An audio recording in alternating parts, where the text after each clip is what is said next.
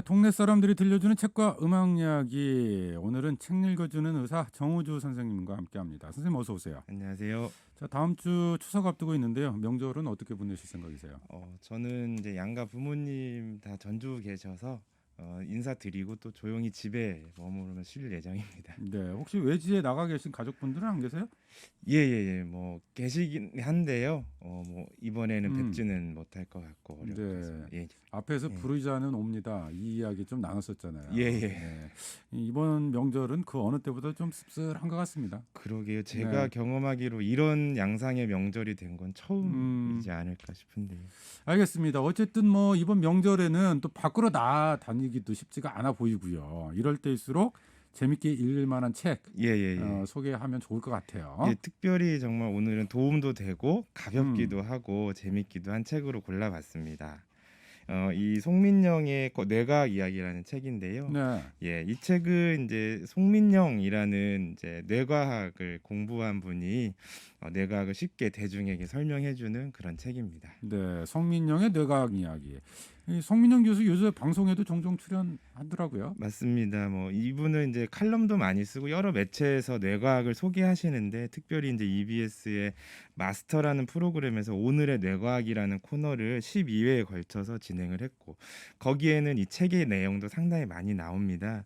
최근에 이제 과학 커뮤니케이터라는 직업을 가진 분들이 다양한 분야에서 활동하는 것을 볼 수 있는데 과학 커뮤니케이터란 과학의 대중화를 목적으로 일반인이나 학생들에게 과학을 쉽게 재밌게 전달하는 역할을 하고요. 이분은 연구자면서도 과학 커뮤니케이터를 자처하는 그런 분입니다. 네.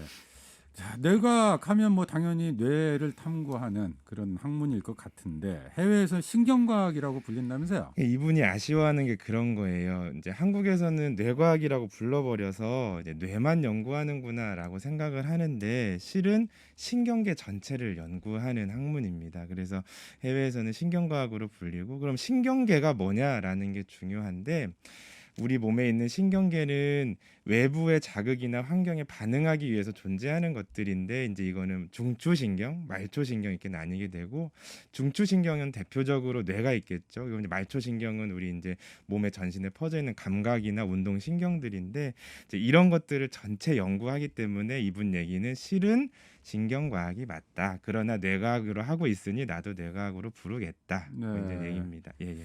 자, 그런데 뇌에 대해서 접근하는 방식도 좀 여러 갈래잖아요. 뭐 이제 그렇죠. 예. 심리학 쪽에 베이스를 둘 수도 있고, 뭐 아니면 컴퓨터와 연결될 수도 있고.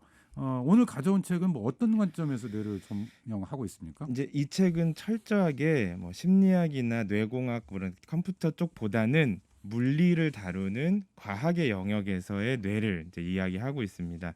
뇌과학을라고 얘기를 하면 사람들이 가장 궁금해하는 게 마음의 작동 원리나 또 뭐 행복해질 수 있는 방법, 또 뭐 공부 잘하는 방법 그런 것들인데 이제 이것은 오히려 이분 얘기로는 심리학이나 인지과학이 더 잘 대답해 줄 수 있을 거다. 뇌과학은 오직 우리가 눈으로 또 물질적으로 관찰해서 확인할 수 있는 물리적 영역에서의 연구 결과만 다루기 때문에 그런 것들은 다 설명 못할 수도 있다. 뇌과학은 마음의 현상까지 다 뇌의 생물학적인 특징으로 설명하려고 하지는 않는다.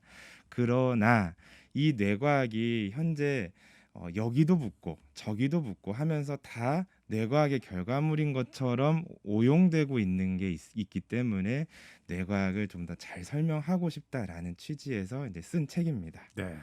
근데 이 책의 부제도 재밌어요. 뇌에 관해 궁금했던 것 무엇이든 알려드립니다.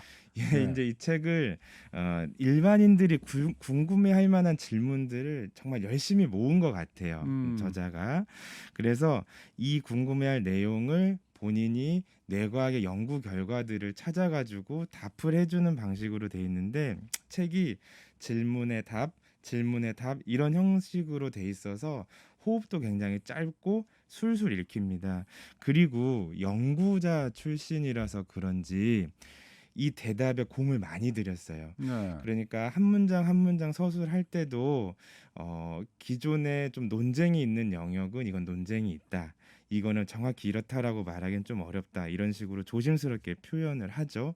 왜냐하면 이제 과학이라는 영역은 항상 대답이 바뀔 수 있는 영역이 있기 때문에 본인도 그런 것들을 충분히 과학이란 이렇게 대답해야 된다라는 거를 보여주기 위해서 노력한 것 같습니다. 네. 이 책을 읽기 전에 개인적으로 어떤 점이 가장 궁금하셨어요? 예, 저는 네. 좀 궁금한 게 진짜 있어서 좀 본 것도 있는데 다행히 이제 그걸 다루더라고요. 네. 이제 저희 아버지는 만으로 75세신데 한 1-2년 사이에 기억력이 좀 감퇴를 음. 하셨어요. 그래서 본인도 곤혹스러워하고 계신데 근데 반면에 제가 근무하는 병원에 찾아오시는 80대, 90대 노령이신 분들 중에서도 네. 아주 총기를 자랑하는 분들이 계시죠. 그러시죠, 그러시죠. 그래서 저는 '어 이런 차이는 어디서 오지?' 그런 것들이 참 궁금했는데 음. 이 책에서 짤막하게 다루고는 있습니다. 네. 예. 그 궁금증도 뒤에 소개해 주실 건가요? 지금 짧게 한번 네네. 말씀드려 보자면 이제 저자도 저랑 마찬가지로 80세가 넘어서도 양질의 논문을 쓰는 그런 연구자를 보면서 네. '아 저분은 어떻게 저렇지? 그럼 뇌과학들은 이런 뇌의 노화에 대해서 연구를 한 게 있는가?' 해서 차이가 왜 발생하는지를 좀 찾아봤다고 해요. 네. 그것은 이제 우선 사람이 살면서 쌓아온 신경 자원의 양이 다르기 때문이라고 합니다. 네. 자, 그러면 신경 자원이 뭐냐?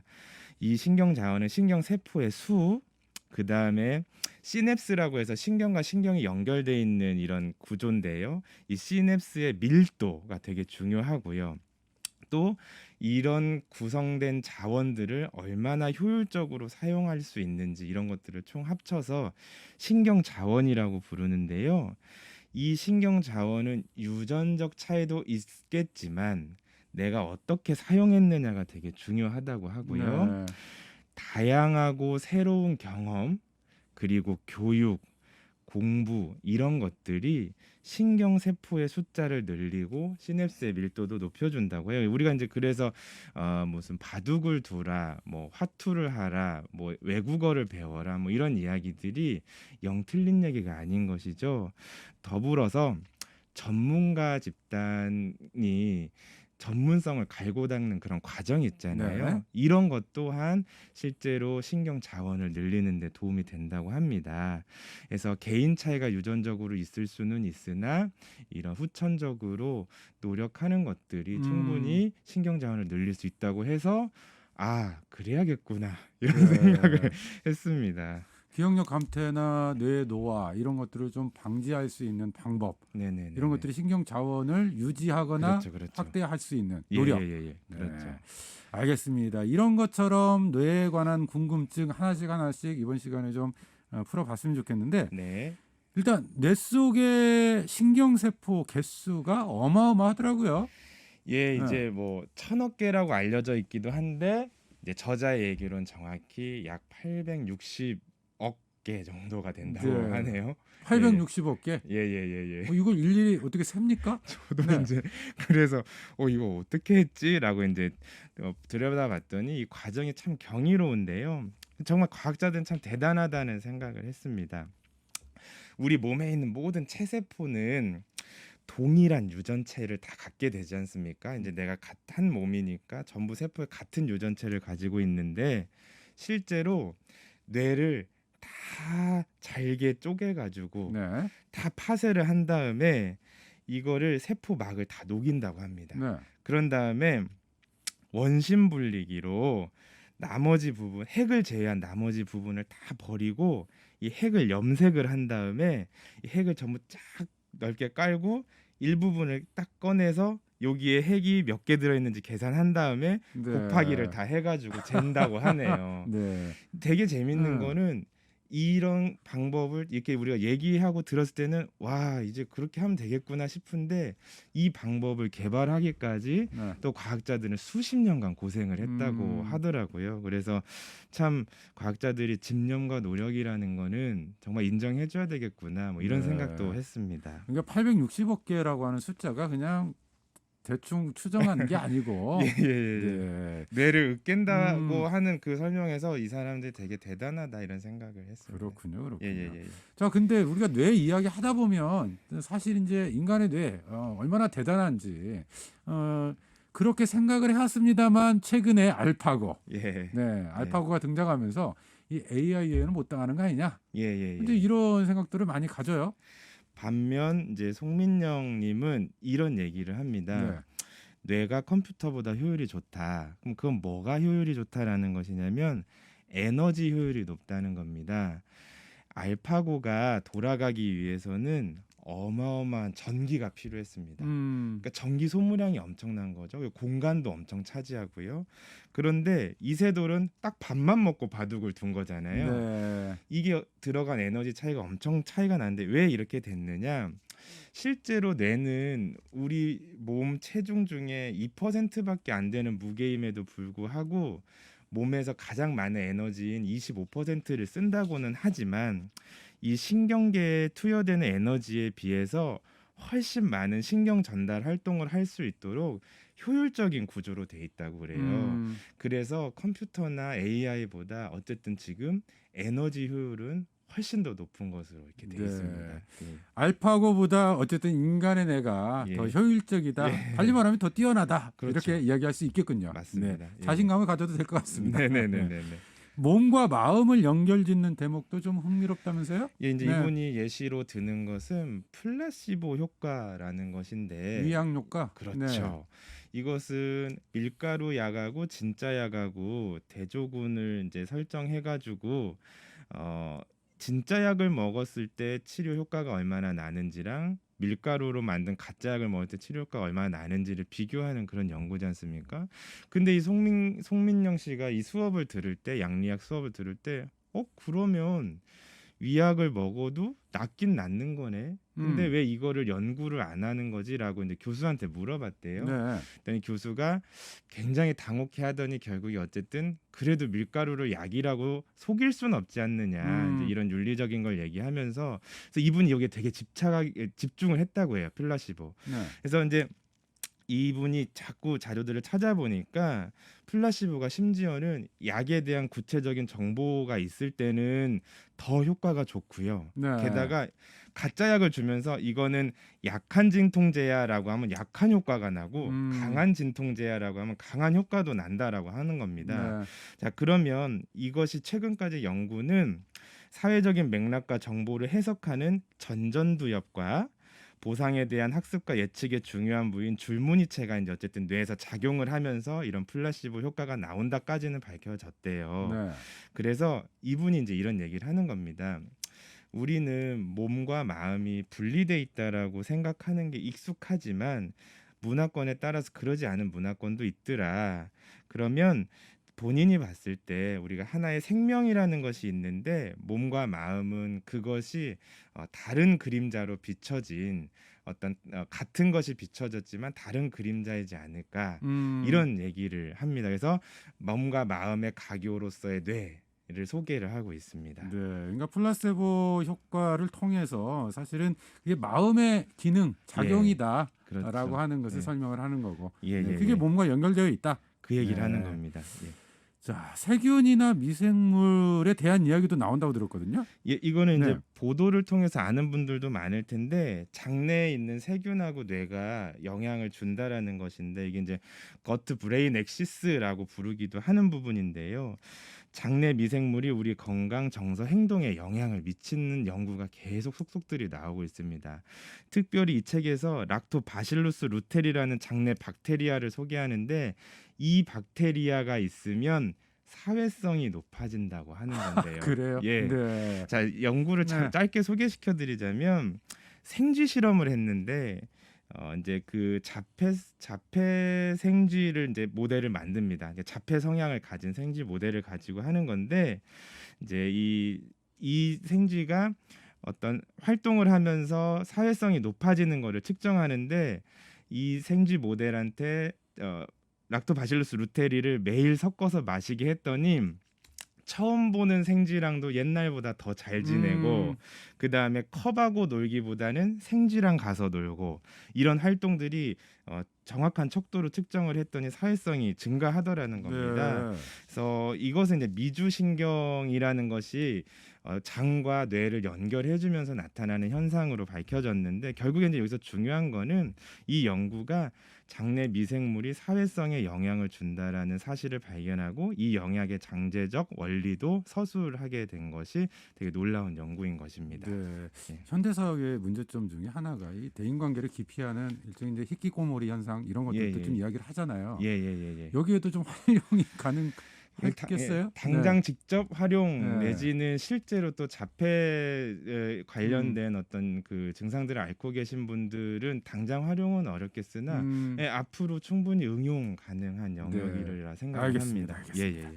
자, 그러면 하면 뇌와 관련해서 궁금한 것 중에 하나가 남녀 간의 그 뇌의 뭐 능력 차이 뭐 이런 게 있느냐? 예. 있습니까? 결론부터 말하자면 전형적인 여자의 뇌, 전형적인 남자의 뇌는 이제 없다는 것입니다.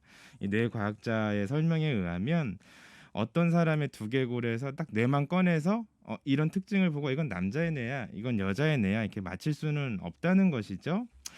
그나마 비교적 큰 차이가 남녀의 뇌에서 나는 것은 이제 크기인데요. 이 크기조차도 남녀 두 집단에서 사이즈가 겹치는 게 48%이고 차이 나는 게 이제 나머지인데 그 차이도 또 아주 그 특징 지을 수 있을 만큼 크진 않다고 하고요.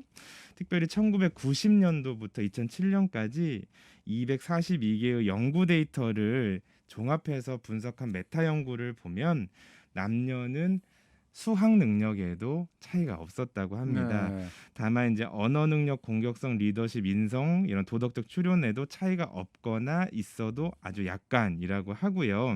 재밌는 거는 수다스러움도 차이가 없었다고 하고요. 네. 우리가 이제 가장 인식적으로 많이 알고 있는 공간 지각 능력이 여성은 좀 떨어지고 남성 그런 모습들 많이 보죠. 네. 그리고 모습도 많이 볼 수 있고 하는데 이거는 뇌가 아니라 문화의 영향과 고정관념의 영향을 더 많이 받는 것으로 연구가 되었다고 합니다. 실제로 네. 모계 사회에서는 그런 차이가 보이지 않는다고 하네요. 그렇군요. 예, 아무래도 남성이 우위인 사회에서는 그렇죠. 주도성을 발휘할 경우가 많고 그렇게 학습된 결과물일 수 있다. 생물적인 영향보다는 문화적 영향이 더 많다. 사람과 동물의 뇌 이런 것도 좀 차이가 있잖아요. 뭐 크기 차이입니까? 그렇죠. 이제 크기 차이도 분명히 있다고 이제 여기서 소개하고 있고요. 그러니까 우리가 이제 만물의 뭐 영장 뭐 이런 식으로 표현하면서 뇌를 가장 잘 쓰는 것으로 돼 있는데 실제로 어쨌든 인간의 뇌가 다른 동물에 비해서 크죠. 그리고 비율 자체도 뇌 무게 비율이 더 많고요. 그렇지만 뇌의 무게만 가지고 지능을 유추할 수가 없는 게 침팬지랑 소는 둘 다 400g의 뇌를 가지고 있지만 침팬지가 소보다 더 똑똑하지 않습니까? 그러면 인간을 왜 다른 침팬지 같은 영장류보다 인간이 더 똑똑한 걸까라는 질문을 던집니다. 그래서 여기서 나온 대답은 신경세포의 숫자 아까 860억 개 이 숫자가 무지하게 많은 거라고 합니다. 그러니까 인간은 860억 개나 되는 그러니까 같은 그램 수여도 세포 수가 훨씬 조밀하고 많은 거죠. 근데 문제는 여기서 나옵니다. 어떻게 인간은 이렇게 많은 세포 수가 있는 뇌를 가질 수 있었을까? 현재 과학이 유추하는 대답은 이겁니다. 화식을 하면서부터다. 왜냐하면 뇌가 516kcal를 매일매일 소모해야 되는데 이게 날 것을 먹어서는 하루 종일 먹어도 얻을 수가 없대요. 근데 화식을 그러니까 불에 익혀 먹기 시작하면서 삼시세끼만 먹어도 뇌의 킬로칼로리를 유지할 수 있는 상태가 되었다고 얘기하고 있습니다. 네. 자, 뇌에 대한 그 궁금증들 우리가 예. 하나씩 좀 풀어봤는데요. 근데 일반인의 뇌는 뭐 10%밖에 사용하지 못한다, 뭐 이런 이야기들도 있고요. 뭐 저도 10%도 예. 안 예. 되는 것 같기도 하고. 예. 저도 이제 어렸을 때 음. 뭐 우리는 3%만 쓰고 있다 네, 해서 네. 가능성이 엄청 음. 열려 있어서 그 가능성이 다 열리면 뭐 굉장히 높은 수준에 도달할 수 있다 이제 이렇게 얘기하는데 어쨌든 이 뇌과학자의 얘기는 그건 사실이 아니다. 그 사실이 아닙니까? 네, 예, 맞습니까? 예예예 다 쓴다고 하네요. 네. 실제로 그래서 뭐 하나를 사고할 때도 이 자기 공명 영상이라는 것을 이렇게 들여다보게 되는데 뇌가 어떻게 어디서 어떻게 활동하는지를 영상을 찍어 보면은 전체 네트워킹을 싹 쓰고 있다고 합니다.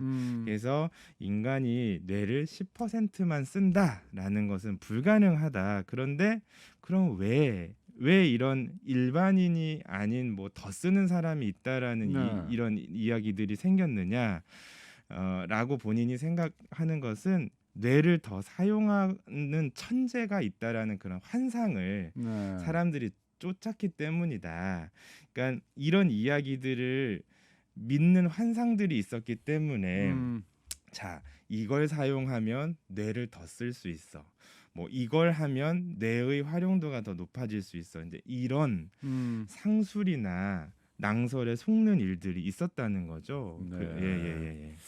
알겠습니다. 근데 네. 어쨌든 뭐 뇌를 더 좋게 하는 방법은 좀 예. 있는 것 같아요. 네. 아까 앞에 말씀드린 이야기하셨던 학습이나 훈련들 또 체력을 기르는 것들. 네. 새로운 환경에 노출시키는 것, 이것도 굉장히 중요한 예. 훈련법 중에 하나가 아닐까 이런 생각이 드는데 네. 그 밖에 더 많은 궁금증은 직접 책을 통해서 확인을 하셨으면 좋겠네요. 네. 네, 이 책 어떤 분들에게 추천해 주고 싶으세요? 이제 막 뇌과학을 알고 싶어하는 분들한테 추천해드리고 싶습니다. 막 시작하시는 분들. 네. 네. 오늘의 한 문장. 여자의 뇌, 남자의 뇌 따윈 없다. 책 읽어주는 의사 정우주 선생님과 함께 이 송민영의 뇌과학 이야기 함께 나눠봤습니다. 용종동 책방 시즌 2 여기서 마무리해야 되겠네요. 오늘 나와주셔서 고맙습니다. 감사합니다.